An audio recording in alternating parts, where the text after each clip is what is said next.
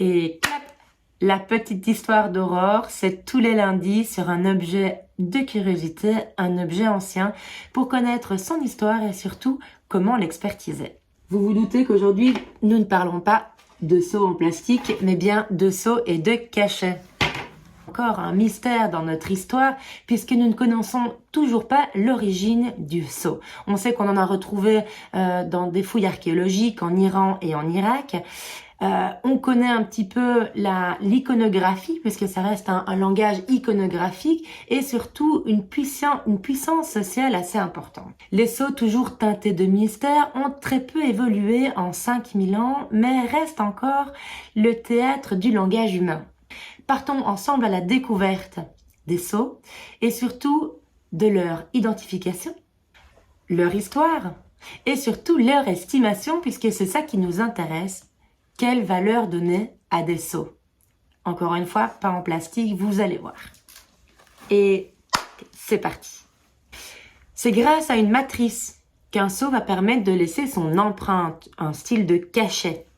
La matrice, elle est soit collée ou déposée et va être retenue soit par des petits chatons, comme en bijouterie. C'est des petits chatons souvent en métal qui vont permettre à l'anneau sigillaire, c'était une bague qui permettait d'y mettre une icône ou un dessin ou des initiales par la suite, vous le verrez, je vous expliquerai. Ces sceaux boutons, comme on appelle ça, ont été découverts donc en Iran ou en Irak, on ne le sait pas vraiment. On les verra en Égypte, en Grèce, en Crète.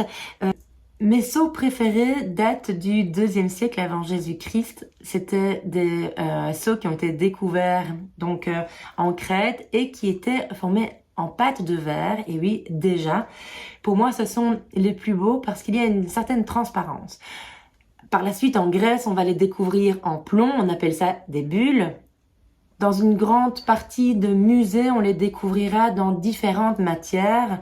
On peut les avoir en bronze, en argent, en or, mais aussi dans différentes gemmes. Les sceaux étaient utilisés sur différentes matières. Le métal, le cuir, le papier, la cire, la terre, et j'en passe. Et ils étaient à la base faits avec des signes animaliers. Des mammifères terrestres, des oiseaux, des poissons. Avec le temps, l'imagerie de ces sceaux vont un tout petit peu évoluer. La matrice ne sera peut-être plus des animaux, mais garderont par exemple une tête de lion avec des initiales. Bon, nous sommes donc au 7e siècle et vous savez, c'est l'évolution quand même du parchemin et les clergés et les aristocrates vont venir sceller par un acte authentique, grâce à leurs sceaux, des papiers importants. Le sceau, à la base, il était dédié à quoi? Surtout, déjà, à l'Empire romain, à l'identification et puis surtout à protéger contre les voleurs qui auraient mis peut-être leurs mains sur quelques objets, des sacs de grains par exemple, des bagages. Et grâce au sceau, on savait identifier le propriétaire.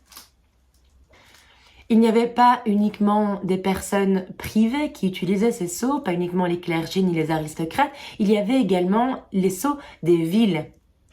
C'est à partir du XIIIe siècle qu'on verra alors ces sceaux apparaître avec une vue de la ville, avec leur église, leur cathédrale, et peut-être même un ensemble urbain. À cette époque, c'était souvent soit rond, soit en navette, presque ovale, et on y voyait une description en 2 langues, la langue vulgaire et le latin. Debout sur son cheval, prêt à la chasse, les aristocrates étaient nombreux à se faire graver dans leur matrice un portrait assez puissant. Au XVIIe et au XVIIIe, nous avions des matrices juxtaposées ou qui pivotaient sur elles-mêmes grâce à un cran d'arrêt. Au XIXe, ça va devenir en fait des objets de curiosité. On perd le sceau avec sa fonction d'origine et ça deviendra un objet de collection. Les manches deviendront des statuettes à l'effigie de Wagner, de Napoléon Ier, de Goethe ou de Pierrot. On les retrouve avec des mécaniques complexes, comme des canifs par exemple. Ils auront une double utilité et là, comme je vous l'ai dit, on bat le paroxysme en plein. Vous avez toutes les clés en main aujourd'hui pour comprendre l'identification des sceaux, l'évolution de l'histoire et surtout de son utilisation, puisqu'il a été assez différent en Grèce, en Crète et en Égypte jusqu'à nos jours. On l'utilise encore soit sur des chevalières. Vous le savez certainement, les chevalières sont un signe encore sociologique assez important, un code pour les aristocrates, les châtelains. Moi, je vous propose de se donner rendez-vous la semaine prochaine pour la petite histoire d'Aurore. La semaine prochaine, le sujet sera les cannes anciennes et surtout les cannes mécaniques. C'est la boucle qui sera bouclée. Les sceaux apparaissent sur les cannes. On parlera des cannes. Les sceaux en bronze qui ont une fonte tardive vont être estimés entre 40, 80, 100 euros. Les plus chers, en tout cas ceux qui ont un intérêt pour les collectionneurs, ce seront avec des matières assez spécifiques. L'agate, le galucha, qui est une peau de poisson. Qu'est-ce qu'on peut encore retrouver? La nacre et l'or. Ce sont tous des objets et surtout peut-être avec des complications. C'est là où le collectionneur sera le plus friand.